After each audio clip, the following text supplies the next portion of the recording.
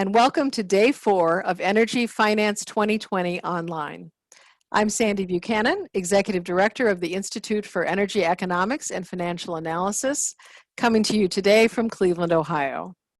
Our session today is on coal mine closures, current issues as the industry rapidly declines.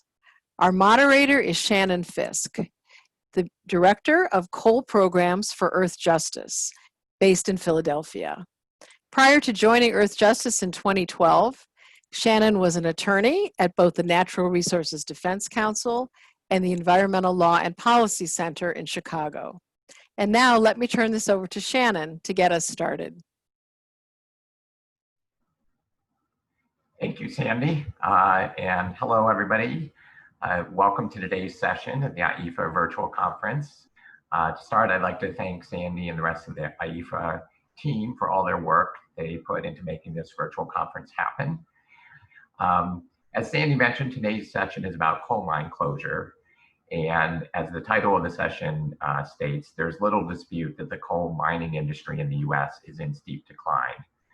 Coal consumption has declined from a peak of about 1.1 billion tons in 2007 to less than 600 million tons in 2019. And coal mining in the US has dropped from a 2008 peak of nearly 1.2 billion tons to approximately 700 million tons. These declines obviously are a huge positive for public health, the climate, and the environment. But at the same time, the closure of coal mines, especially in Appalachia and Wyoming, are leading to the loss of thousands of jobs, declining tax revenues for mining communities, and the abandonment of mining sites without environmental remediation, needing to address serious water pollution problems and restore the land. All those problems are made exponentially worse by rapacious coal companies and vulture capitalists who use bankruptcy laws to shed pension, healthcare, and environmental responsibilities while extracting every last penny of wealth from the mines and their workers. We have two great panelists today to talk about these challenges and what we can do about them.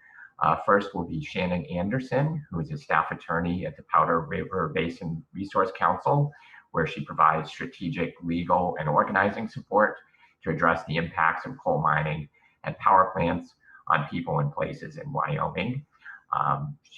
Shannon currently lives in her hometown of Sheridan, Wyoming. And our second presenter will be Mary Cromer, who's the Deputy Director of the Appalachian Citizens Law Center, where she has worked since 2008. During her time there, she has expanded the center's community-based environmental law work, and she represents individuals on a variety of environmental justice issues related to the legacy costs of coal mining, including landowner rights issues, toxic waste disposal, and safe drinking water. And Mary lives on a farm in Wise County, Virginia.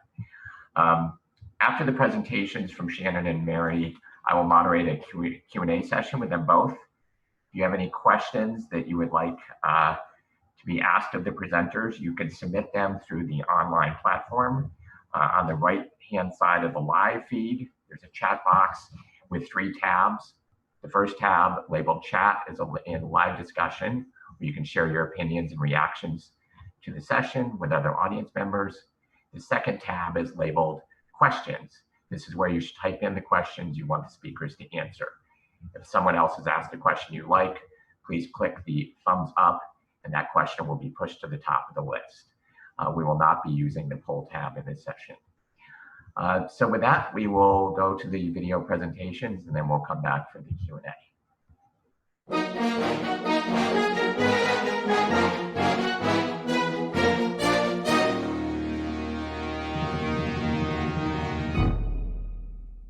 Hi, I'm Shannon Anderson with Powder River Basin Resource Council. Thanks to IEFA for hosting the summer conference. I miss you all in person, but I hope you're all staying happy and safe and healthy. And I look forward to seeing you all sometime soon. So I am going to be presenting on the Powder River Basin and particularly the current issues that our industry here in Wyoming is facing as the coal industry declines. So for those of you that haven't been to the Powder River Basin, Here's a shot of what the basin looks like without coal mining. There's expansive grasslands and beautiful sagebrush landscapes, wide open vistas. It's a really beautiful part of the country, and I encourage everyone to come and visit sometime. But the Powder River Basin also has a lot of coal mines. So we have about a dozen of the largest mines in the world shown here on this map. I'm speaking to you this morning from the town of Sheridan, which is, as you can see, on the western edge of the Powder River Basin. And the mines are in the middle part of the basin, close to the city of Gillette. And this is generally what a coal mine looks like. Our mines are incredibly large and very, very big open pits. It's surface mining here in Wyoming. And you can see kind of just the scale of the mining that happens here. Again, very large pits. You can see the industrial equipment in the middle of that pit is just kind of like little dots, and that just shows you the scale of the mining operations here. So mining in Wyoming produces about 40% of the nation's coal. And again, it comes from these very, very large strip mines that roughly a dozen of them throughout the Powder River Basin that produce very large amounts of coal. But like the rest of the country, our coal mines are decreasing in production. So you can see here that coal hit a peak in about 2008, and since then has been steadily declining. We're now producing just under 300 million tons a year, which is still 300 million tons of coal, but is significantly down compared to where it was in 2008. And this information shows you that decline in production also has a steep decline in revenue. These numbers are not mine. They are borrowed from Dr. Rob Godbee at the University of Wyoming, who has done a lot of analysis in crunching the numbers on what this decline in production means for our state. So you can see, declines in revenue, decline in jobs, and really just community impacts all over the board across our state with this decline in production. This shows you that the Powder River Basin and mines across the country, really in order to right size mining with a decrease in demand from the power sector, there will be a number of mines that are going to have to shut down in order to right size that production. And that's happened a number of ways, but one way that we're seeing in the coal industry where mines are kind of coming off the board is through bankruptcies. So bankruptcies are happening across the country in the coal sector, including here in Wyoming. And as the quote shows you, bankruptcies going forward are less likely to be reorganizations and more liquidations, meaning companies are going to completely liquidate, mines are going to shut down, and people will lose jobs, and communities will lose revenue.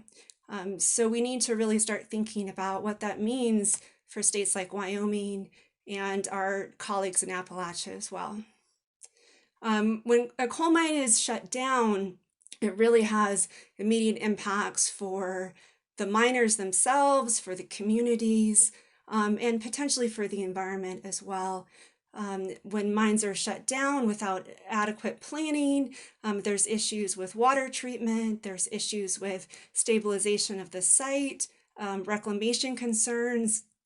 So when the Black-Jewel mines were shut down a year ago, we worked with colleagues in Appalachia to really send some red flags to our regulators, both at the state and federal level, asking them to take a look at these mine sites and make sure when they are shut down that offsite impacts and impacts to the environment are minimized to the best way they can be.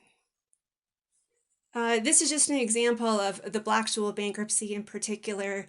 It was very hard for communities, for workers, and for the environment. There's a lot of legacy issues that we're grappling with as the bankruptcy continues. But ultimately, why the bankruptcy happened was because of vulture capitalism. So there was a guy named Jeff Hoops, and he decided to invest in bankrupt coal mines and to potentially suck them dry to get as much profit as he possibly could from them, and then run them into the ground again. So that's basically what he did. And he is still very rich and wealthy himself. And so there's a lot of issues in the bankruptcy about how to potentially collect on his assets, and particularly this resort that he's building in West Virginia, to see if there's a way to really kind of get some of his money that he stole from the company. And then here's the situation that Black Jewel left here in Wyoming. There was a company named Alpha Natural Resources. They went into bankruptcy in 2015.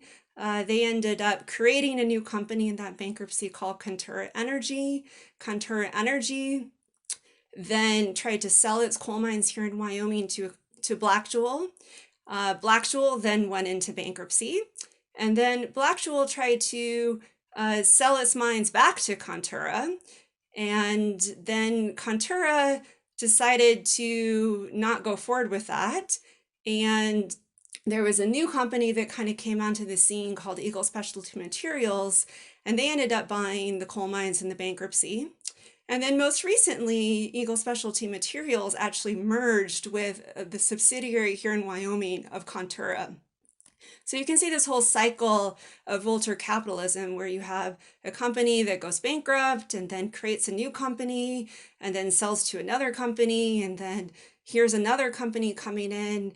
But the ultimate scenario that we have here in Wyoming, and actually across the coal sector in the nation, is exemplified by this quote from Josh Macy, that the coal industry is increasingly dominated by underfunded companies that sprang up to acquire liabilities that the larger companies did not want to be responsible for.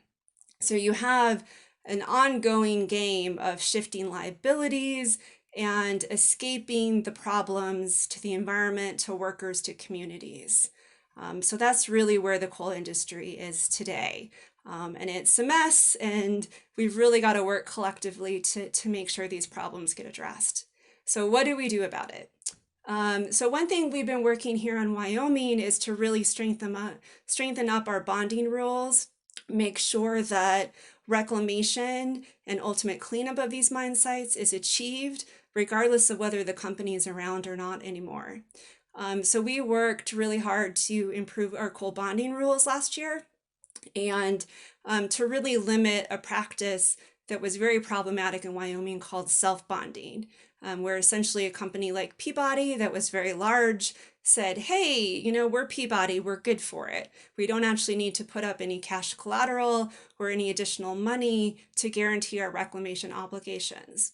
Luckily, Wyoming regulators cracked down on that practice, and we have a new set of bonding rules here in the state.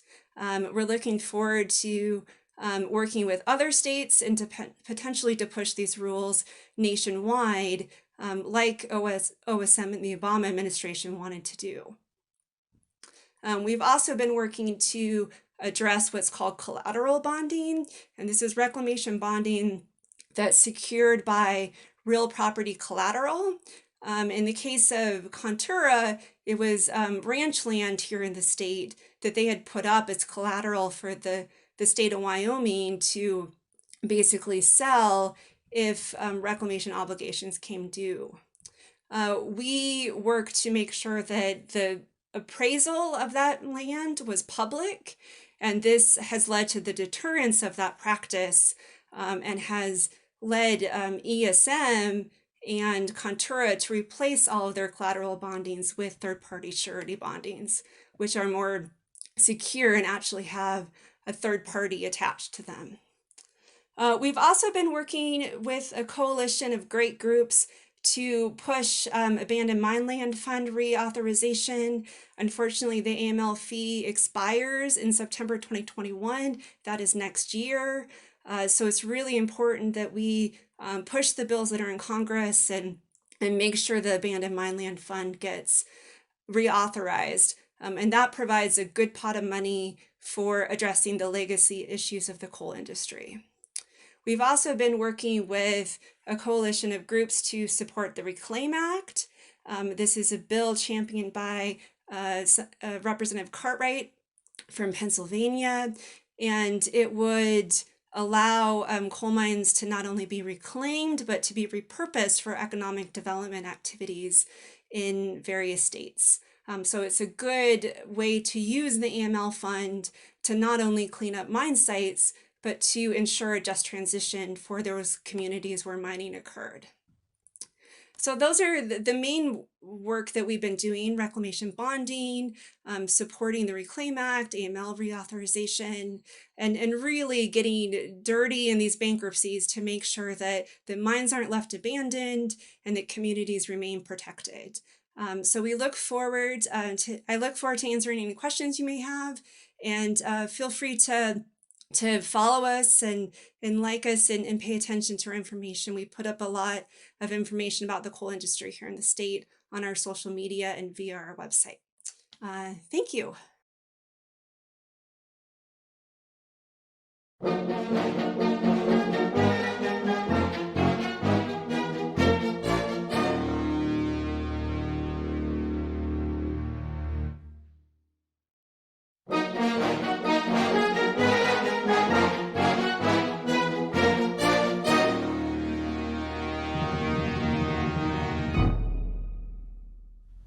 Good afternoon and welcome. I want to thank IEFA for this opportunity. My name is Mary Cromer. I am Deputy Director of Appalachian Citizens Law Center in Whitesburg, Kentucky.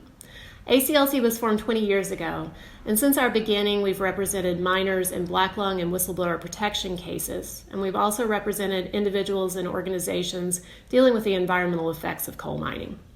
Over the years, our focus has evolved to encompass more policy and organizing work advocating for a just transition for the region. Today, I'm going to provide a snapshot of two coal companies' bankruptcies, Cambrian and Blackjewel, and talk about how those bankruptcies are impacting Eastern Kentucky. I'm also going to talk briefly about how the industry's decline comes at a time when the externalized costs of the industry are reaching a crisis point in two areas: water infrastructure and black lung disease. This is a map of Eastern Kentucky with the permit boundaries of the two bankrupt companies highlighted. We believe that these two bankruptcies represent the beginning of the end of the industry in our area.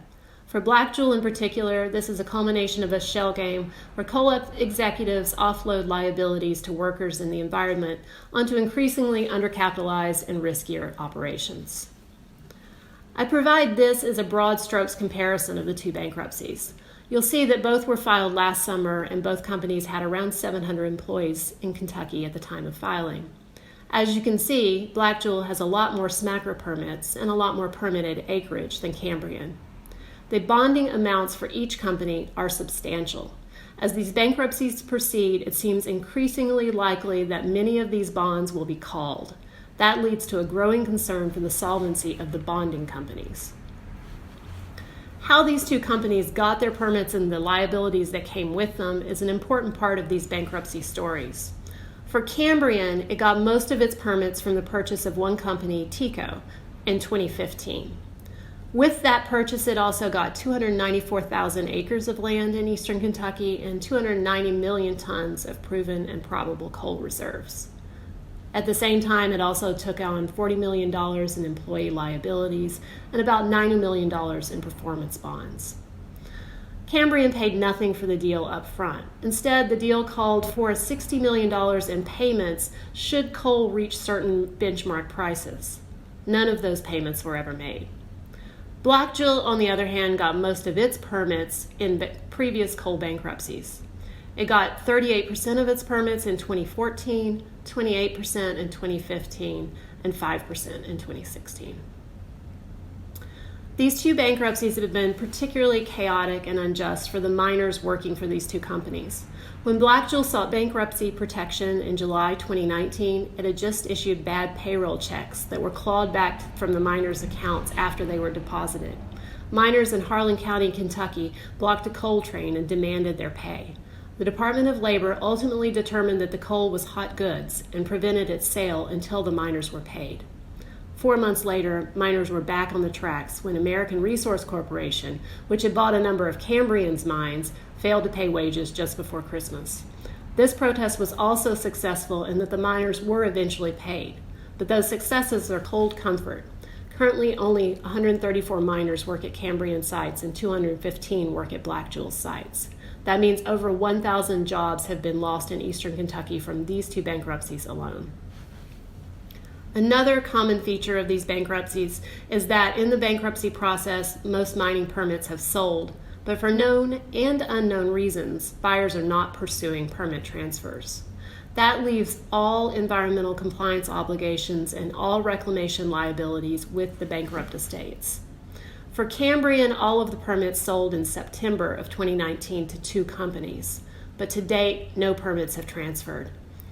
That is because, as the Kentucky Cabinet reported to the bankruptcy court in May, both of the buyers of these permits are permit blocked because of outstanding unabated violations at other mine sites. What's more, both of those permit blocks appear to have been in place in September when the sales were consummated, but no one told the bankruptcy court of this important fact. For Black Jewel, 71% of the permits have reportedly sold, but only 5 of the 213 permits in Kentucky have transferred. Eagle Specialty Materials agreed to buy 80 of the Kentucky permits only as a condition of getting bonding for the 2 Wyoming permits that it bought from Black Jewel. Eagle Specialty Materials has said that it will not mine on any of the Kentucky permits.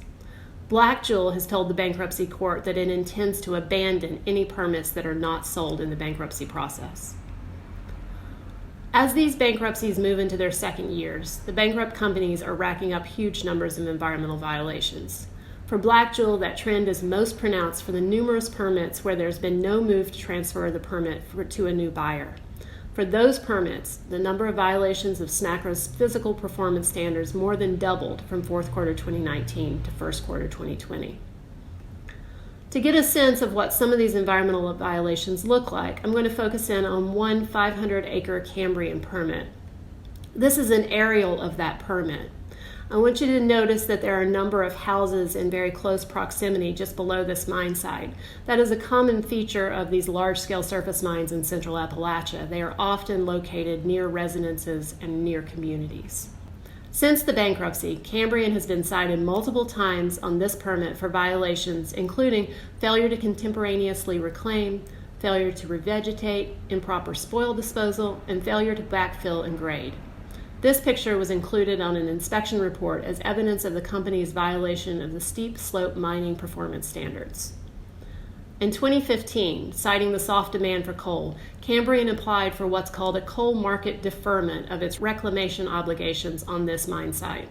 The deferment was granted. By statute, the deferment could last for only 30 months, which would have meant that the company had to start reclaiming in early 2018 at the latest. But as this picture from May of 2020 demonstrates, that reclamation was clearly never done. The bankruptcies aren't the whole story. They're occurring at a time when the region is already suffering from the decline in coal production. In Letcher County, where ACLC's office is located, revenue declined 40% from 2013 to 2019. That decline is attributable to the decreases in unmined coal and coal severance taxes, as well as to the overall decline in the county's tax base caused by the decrease in coal jobs. We're seeing the impact of the declining revenues and loss of basic services throughout the region. The region's water infrastructure has reached a crisis point. For decades, as coal production increased, groundwater systems were contaminated or destroyed. In the 1980s and 1990s, as mountaintop removal consumed thousands of acres and buried miles of streams in eastern Kentucky, county governments scrambled to build water lines up and over mountains to reach residents whose wells had been polluted or sunk. Those water systems are now failing throughout the region. In particular, brittle distribution lines lead to breaks and infiltration of contaminated water into the water system. Boil water advisories are common. Martin County's water district is generally considered to be the worst in the state. The struggling district loses over 70% of the water it produces because of breaks in the lines. The district is nearly $1 million in debt. Residents of Martin County, about 40% of whom live below the poverty level, already pay some of the highest water rates in the state. Last year, in response to the district's petition for a 50% rate increase, ACLC published this report. We were able to convince the Kentucky Public Service Commission not to grant the rate increase. Instead, the district was required to fund an outside management company using its depreciation expense. We are hopeful that the improvements and efficiencies brought by the outside management company will stabilize the system such that a rate increase will not be necessary. Now I want to talk about black lung. As coal is declining, we are seeing an increase in the prevalence and the severity of black lung disease in our area. These images compare a healthy lung to that of a miner with black lung. Recent NIOSH studies have shown that 20% of veteran miners in our area have black lung disease. That is a sharp increase in the percentage of miners suffering with this deadly, incurable, but totally preventable occupational disease. But what's worse, 5% of the miners in our area now suffer from complicated black lung disease. The percentage of miners with this form of black lung has nearly doubled in our region since 1970, when MSHA first began regulating dust exposure in mines. Over the past decade, ACLC has seen our caseload of complicated black lung cases increase by 20-fold. Despite the increase in prevalence and severity of black lung, in 2018, Congress allowed the trust fund that pays most miners black lung benefits to be cut in half. That decision spurred local black lung associations into action. Last summer, ACLC and a number of other organizations in Central Appalachia organized a group of 150 miners to spend 2 days at the Capitol lobbying to restore funding for the Black Lung Trust Fund. The effort was successful in that Congress extended full funding for the program for a year. We continue to work with the Black Lung associations to pressure Congress to reinstate full funding for the trust fund. All of our work at ACLC is focused on the fight for just transition in our region. We are working closely with organizations of frontline coal communities throughout the country to propose policies to ensure transition planning that includes investment in the types of jobs we need to address the legacy problems that coal is leaving behind. Not only is addressing legacy problems critical for building a new economy, but land and water cleanup and infrastructure rebuilding can also create good jobs in the interim, during the transition, as any kind of economic redevelopment strategy for the region will take many years to fully develop. Thank you for your time and for your attention, and I really look forward to our discussion.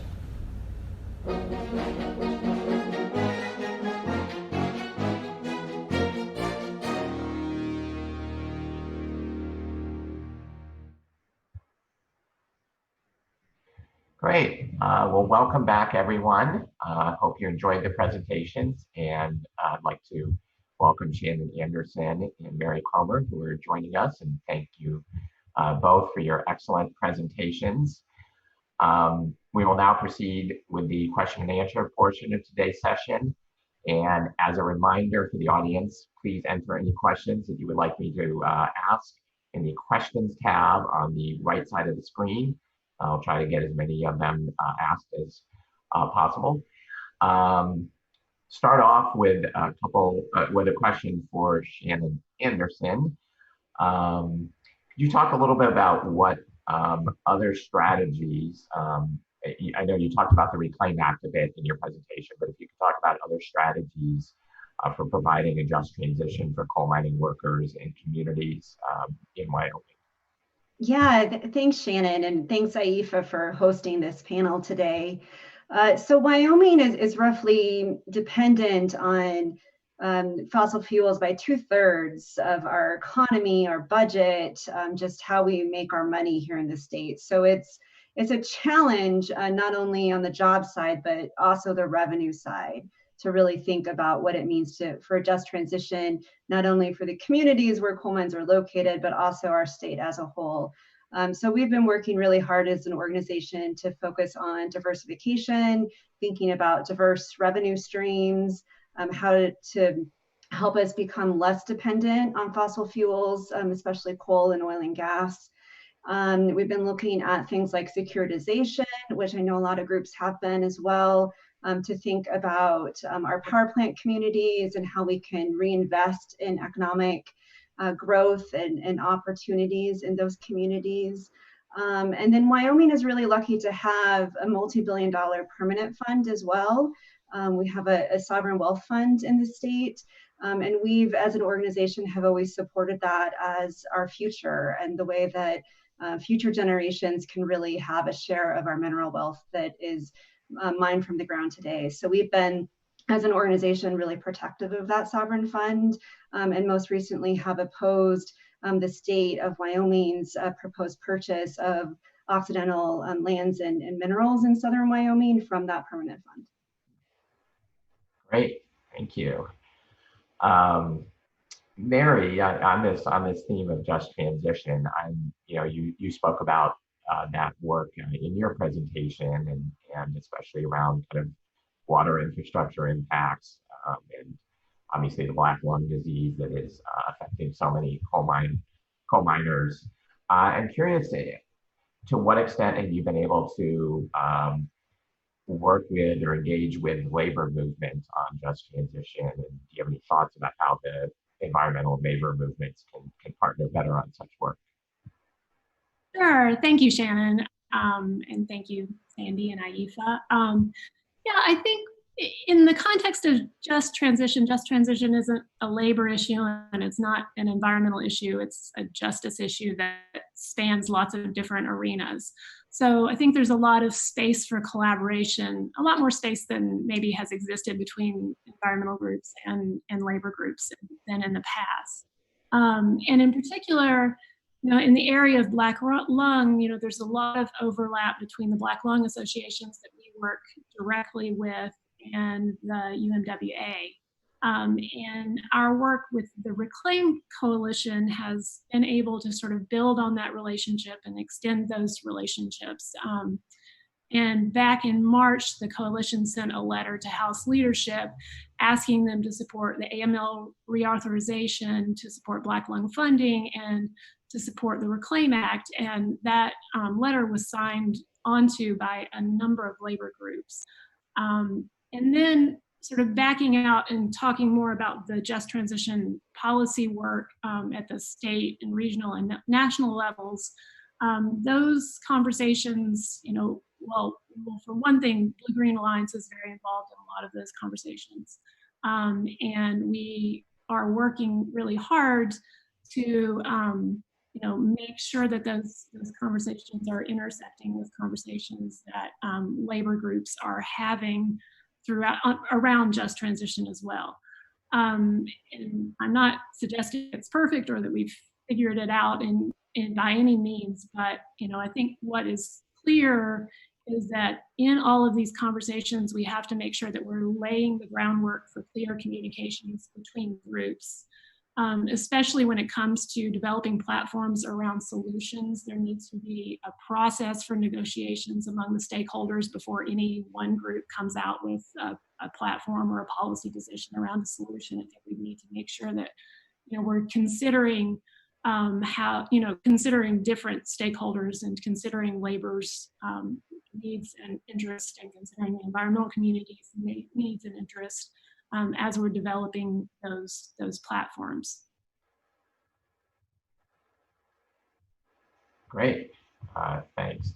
That's great to hear that some of that work is going on, and that there's thinking around how to do even more of that. Turn to a few questions from the audience. First one is from Kate Aronoff at the New Republic. Maybe Shannon, if you want to take this one first. How unique are the sorts of bankruptcy practices that you both talked about in your presentations? How unique are those to coal, and are there similar dynamics in the oil and gas bankruptcies? Yeah, so bankruptcy is a very flawed system. It basically allows a company that should not exist to continue to exist. That's the whole purpose of Chapter 11 reorganization. And so for both coal and oil and gas bankruptcies, we've seen a host of problems. A lot of companies pay what are called executive bonuses. They're retention bonuses designed to have the leadership team kind of weather the storm through the bankruptcy proceeding. But these are the same folks that drove the company into bankruptcy, and they're effectively being rewarded for it. So we saw that a lot in the coal bankruptcies, Peabody and Arch. We've seen it in oil and gas recently with some of the big oil and gas bankruptcies. So the executive bonuses stuff is a real problem. And with that, it sort of shifts the money away from who should really get paid, which are communities, workers, all of that as well. So we've seen other things where, healthcare for retired miners and oil and gas employees has been cut. And then, just overall debt relief is just staggering in some of these bankruptcies. Peabody, for instance, got rid of $5 billion in debt in the bankruptcy. $5 billion. I barely just did the public interest program for my loan repayment of, $40,000. So, it's really amazing just the amount of money that these companies are able to just walk away from through these bankruptcies. The oil and gas industry in particular has just wiped off a ton of debt from its books through bankruptcies. Yeah, it seems like quite a broken system, and be interested, I guess, in talking a little bit about strategies or efforts to kind of change the system.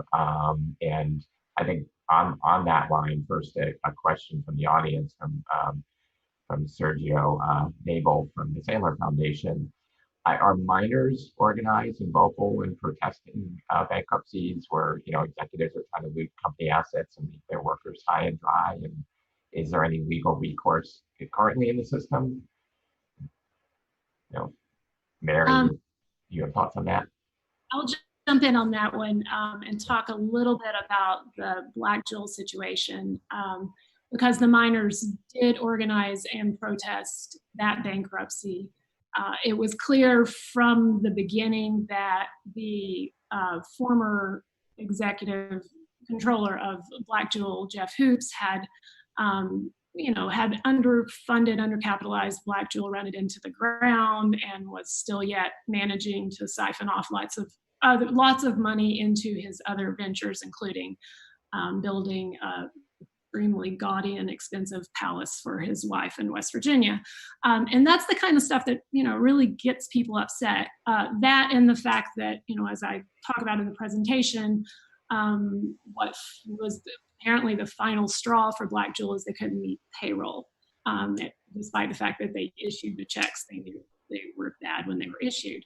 And so in that instance, the miners really did organize using social media, and were able to, and had the foresight to block the tracks before they were able to get the coal out of the processing facility, and sat there for 2 months, blocking the tracks. And in that instance, they did have legal recourse because they were basically effectuating the hot goods law. Department of Labor determined that the coal, because the workers had not been paid for the coal that was mined, that the coal could not be sold, that it was hot goods. And so they were incredibly effective in basically in that particular style of protest, and were able to ultimately get a settlement that got them most of, as I understand it, most of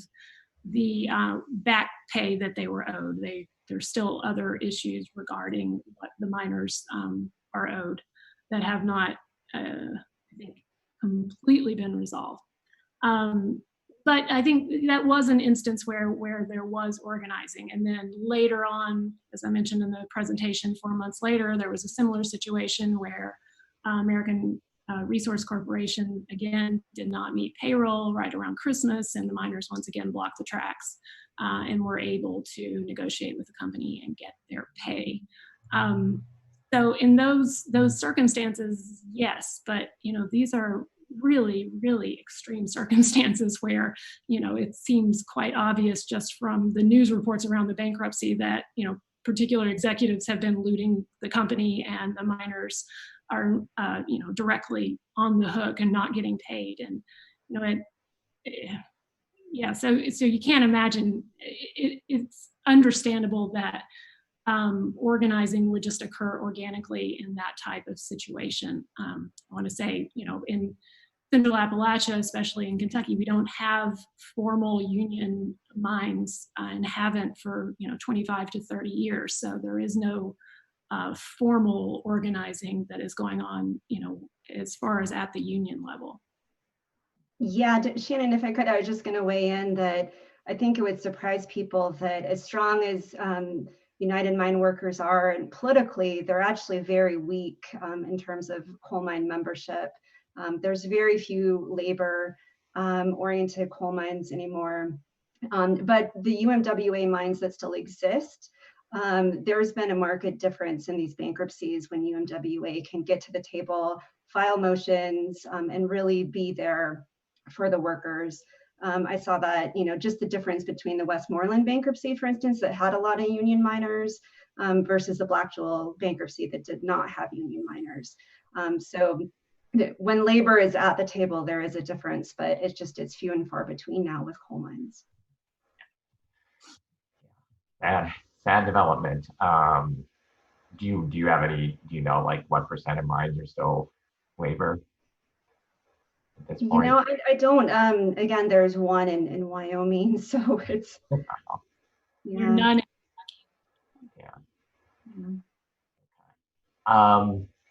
Well, and I guess a question that maybe gets to, are there other players who can help ensure that some of these issues are addressed? Allison Kirsch from Rainforest Action Network asks, what role do or should the bankruptcy creditors and regulators play in ensuring that mines aren't left abandoned, workers are taken care of, et cetera? Shannon, if you want to start with that one there.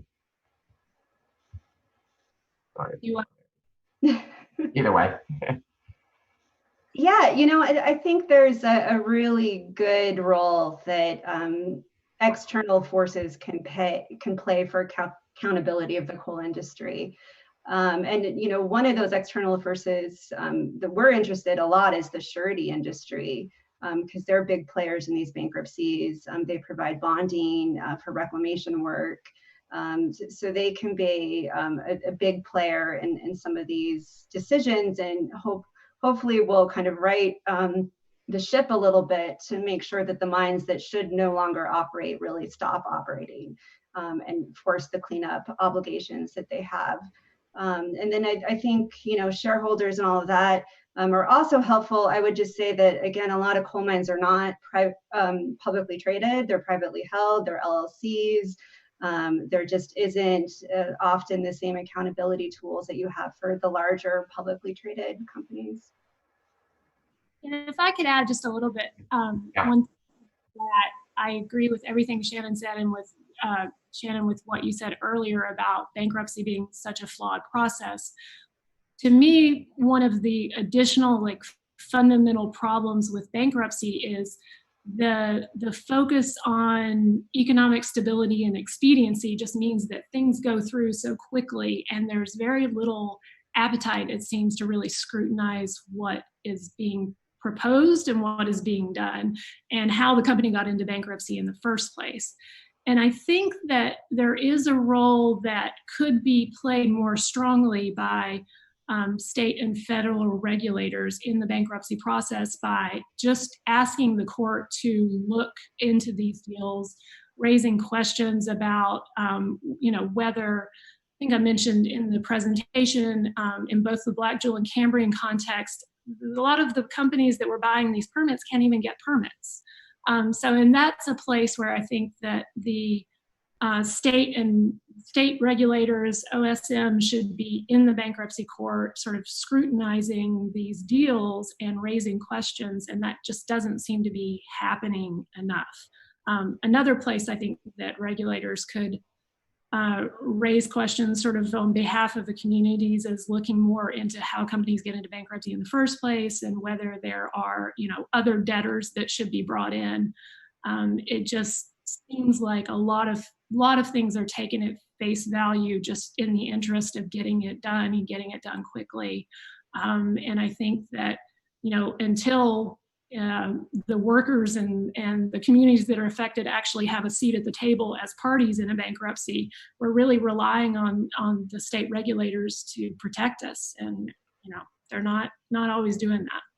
Yeah, I mean, we just saw a motion in the Blackjewel bankruptcy from one company who wants to buy some old Blackjewel mines for $5,000.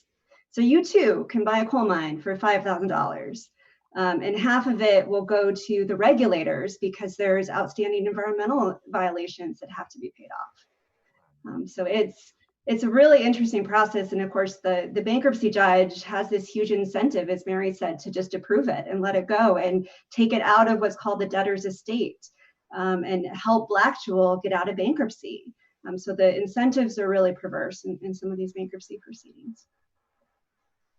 Are there any states that are doing, state regulators that kind of are doing a better job at representing, you know, engaging in these proceedings than others? Or? Yeah, Wyoming is not doing a good job, so there's that. You know, and Mary can speak to this, but Kentucky, I think, has been the best example, but not great, but still probably the best. Yeah. And one of the things I just wanted to bring up as to Kentucky, it's just sort of an interesting tidbit, but I think it illustrates how important the state's role could be. It has come out in the past week in the Cambrian bankruptcy that not only that the company American Resource Corporation, which is permit blocked from way back, has a massive list of outstanding violations that on other sites that they would have to remedy before they could ever get a permit. That Kentucky knew that this was known at the time American Resource, that the sale was approved to American Resource, and that Kentucky cabinet under previous administration represented to the court that they would work with American Resource and try to figure it out and try to make sure that those permits went through. This new administration, the cabinet has been telling the court that no, this company is permit blocked. And so it can vary from state to state and from administration to administration, but they have a powerful role that they can play on behalf of communities when they're willing to. Yeah, and I think that the role is getting a little easier for some of these mines as well when they're already idle, they don't have the employment, they're not producing the revenue. So really all there is the environmental legacy and the violations to deal with. And so that is a different situation. And, you know, often what we see, of course, is regulators that coddle the industry, have this perverse incentive because of the revenue and the jobs. And so when that's taken off the table, I think that also frees up regulators to be a little bit more vocal and involved. Right. Yeah. Very interesting to hear about the different states and how well or not they're doing on engaging here.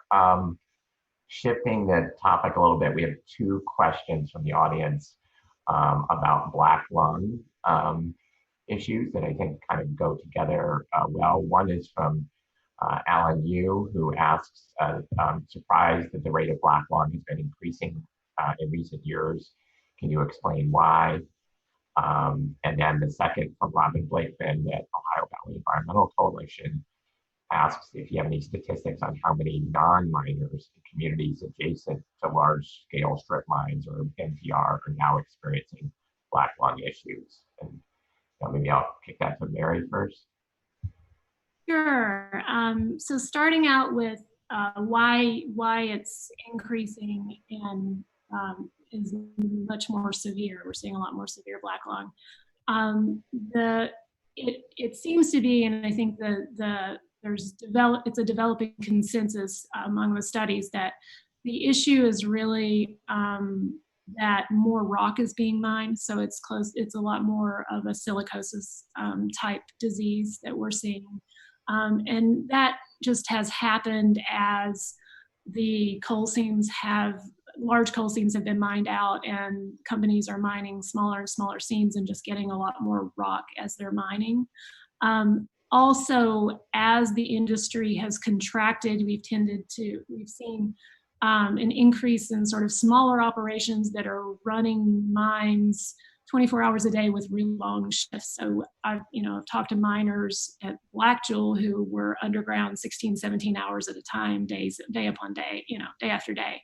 And when you're having that kind of exposure, not to mention the probably lacks use of curtains and fans and proper ventilation, it's just going to get a lot worse. So a lot of it just really has to do with the structural changes that are occurring in the way coal is being mined as the industry is declining.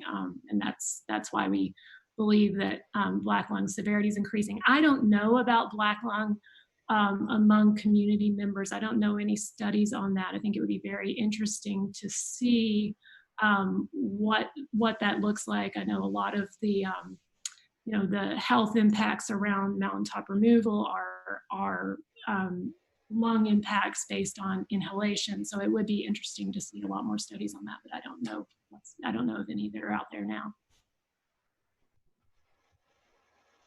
Great, thank you. Question from Leslie Bostrom for Shannon.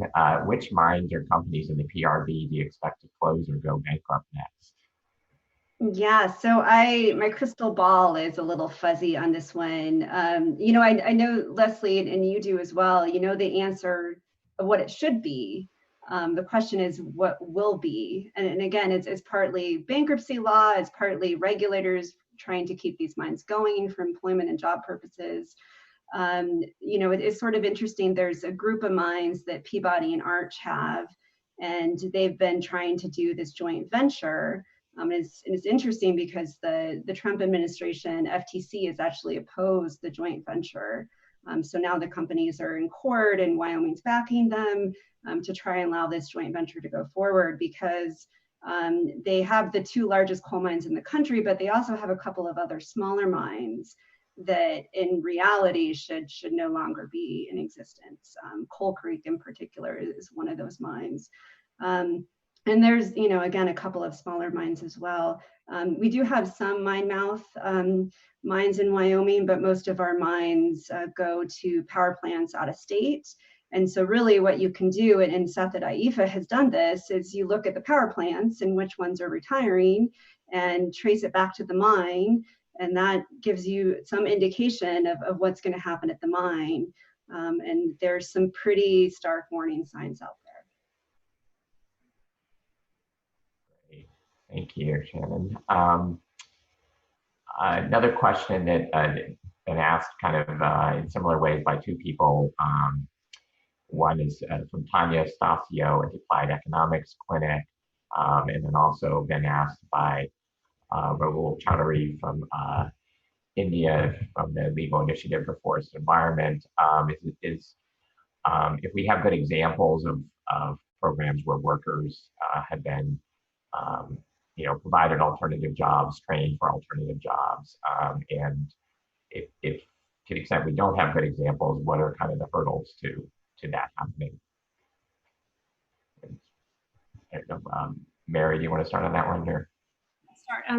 Yeah, there are definitely examples in Appalachia of retraining programs, and some have been more successful than others. The primary hurdle is the lack of jobs. So you're retraining people for jobs that don't exist where they're being trained, with the idea, I guess, that they're all going to move to some other part of the country where those jobs exist. And that just really hasn't gone very well. And that's why job retraining is, in the just transition context, is just one small piece of an overall picture, because of that understanding that you can't, when you have an area that is so dominated by one industry and then that industry bottoms out, there's a lot more rebuilding to do. It's not just about retraining a worker to do another job, if that job isn't there. Yeah, and I would just add that I think the coal industry could, of course, be a much better partner in some of this. And we know on the utility side at coal plants, some utilities are really good partners for communities in thinking about zero job loss and what that really means for their workers. But I've yet to hear of a coal mine company that takes that responsibility seriously. These are companies that exist solely to get coal out of the ground, and their workers are sort of liabilities and these externalities that they don't really like to think about. and hence the union busting and everything else that's gone on. So I would really like to see companies like Peabody step it up and really think about what a just transition means for their miners and their communities. And that would be lovely to see. Great. So we're getting close to the end here. So we're going to take one last question. And this one, and I hope I don't get the name too wrong, is from Kel Puny from Leave It in the Ground. And the question is, the Extractive Industries Transparency Initiative has rules on disclosing beneficial ownership, i.e. which individuals profit financially.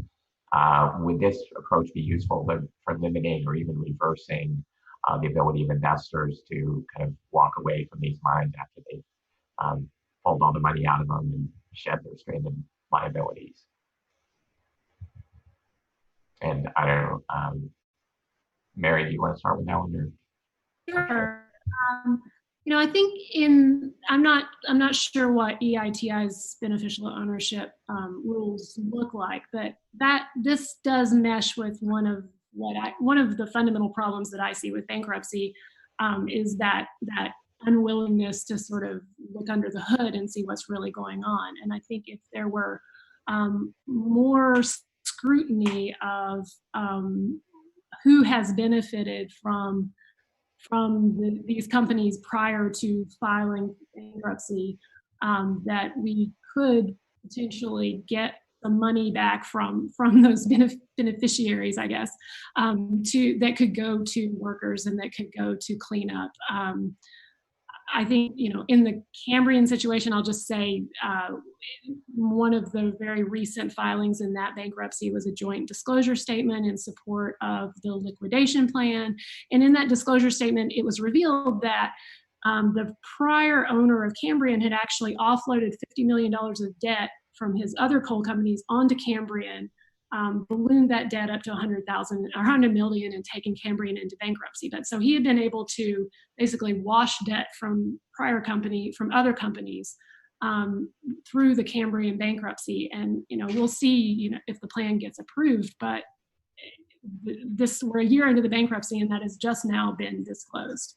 So I think there is a lot that could be done as far as slowing the process down and doing a lot more scrutiny on where the money has gone and who has benefited. Yeah. Great. Well, I think that gets us to the end of our time. I want to thank both of our presenters, Shannon Anderson and Mary Kromer, so much for the presentations and also for all the work you're doing on ensuring that just transitions and cleanups occur at these coal mines. So thank you all.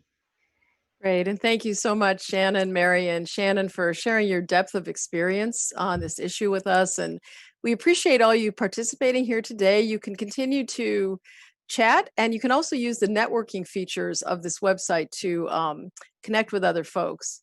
Throughout this conference, we're featuring the extraordinary work of many organizations who are accelerating the transition in energy fields in their own communities. And the very end of the presentation, in a couple of minutes, we're going to show you a video on the remarkable work of Cambio Puerto Rico, led by Ingrid Villa Biaggi. And we hope you'll stay and watch it. It just takes about 8 minutes.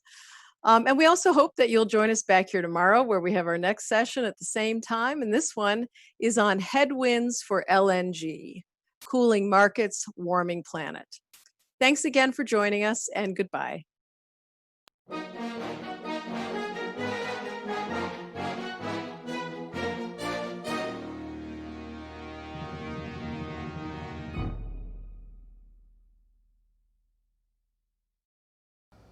I'm Ingrid Villa. I'm an environmental engineer, so that's how I got into environmental issues. I actually studied environmental engineering. I have a bachelor's degree in environmental engineering from Cornell University and a master's in environmental engineering with specialty on water studies from Stanford University.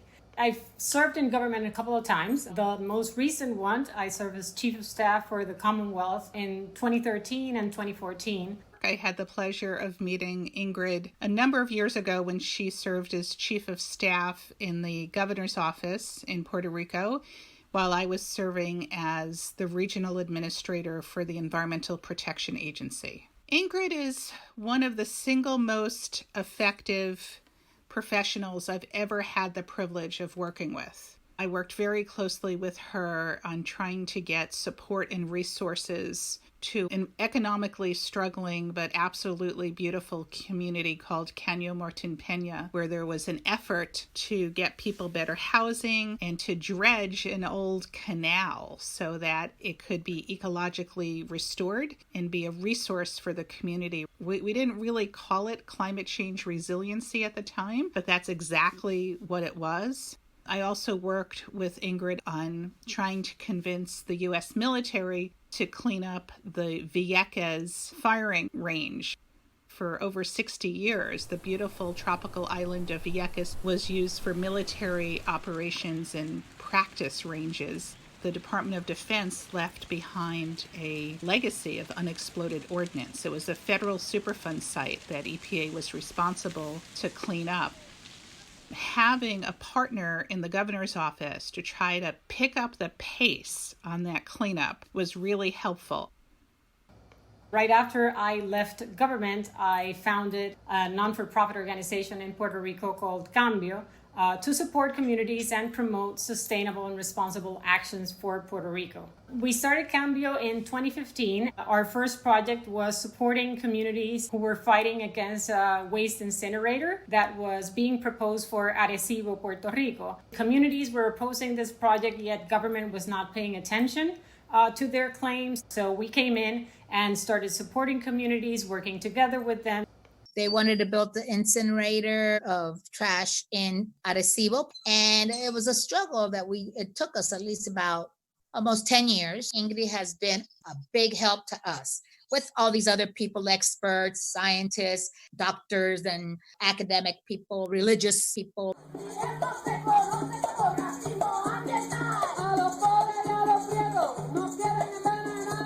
I think we did a real good job educating the population to understand why we were against this incinerator, because, it contaminated, and the health issues, the environmental issues. So we're very happy that we have prevailed.